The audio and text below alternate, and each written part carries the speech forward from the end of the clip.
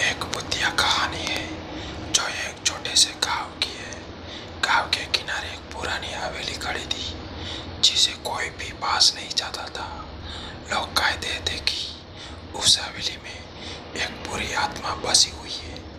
गांव वाले कहते थे कि रात के समय हवेली से अजीब सी आवाज आती थी, जैसे कोई चीजें खटखट की आवाजें, और कभी कभी तो बत्तियां जलने बुझने की आवाज भी सुनाई देती थी। एक दिन गांव में एक युवक रामू नामक का लड़का आया। उसे इन भूतियों कहानियों में कोई विश्वास नहीं था। वह अपने दोस्तों के पास साथ हवेली जाने का तब करता है। रात के समय सभी डरते हुए हवेली की ओर बढ़ते हैं। जैसे वे हवेली के पास पहुंचे, अचानक हवा की तेज झोंके और खिड़कियों का लड़कने लगी। रामू ने हिम्मत जुटाते हुए दरवाजा खोला और अंदर कदम रखा। हवेली के अंदर अजीब सा सन्नाटा था, लेकिन फिर अचानक अंधेरे में एक धुंधली आकृति दिखाई दी।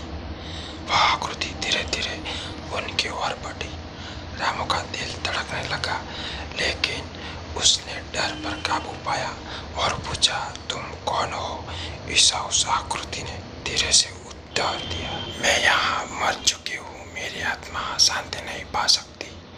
रामू ने बहादुरी से कहा, अगर तुम शांति चाहती हो तो हमें बताओ, हम तुम्हारी मदद करेंगे। वह भूतनी आहिस्ता आहिस्ता बोली, मेरे साथ नाइंसाफी हुई थी और मेरी आत्मा तभी से पूरी तरह तड़प रही है।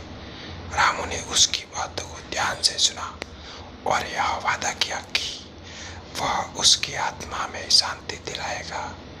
रामू ने गांव के पुरखुद से यह मामला सुना और यह सुनिश्चित किया कि भूतने की आत्मा को शांति मिला जाए। इसके बाद वह अपने दोस्तों के साथ मिलकर यह काम किया और भूतने के दुख को समाप्त करता था। एक दिन हवेली में शांति छाई और उस रात के बाद कभी कोई अजीब आवाज नहीं आई। गांव वाले मानते थे कि रामू ने उस भूतनी की आत्मा को शांति दी और हवेली में शांति वापस आई।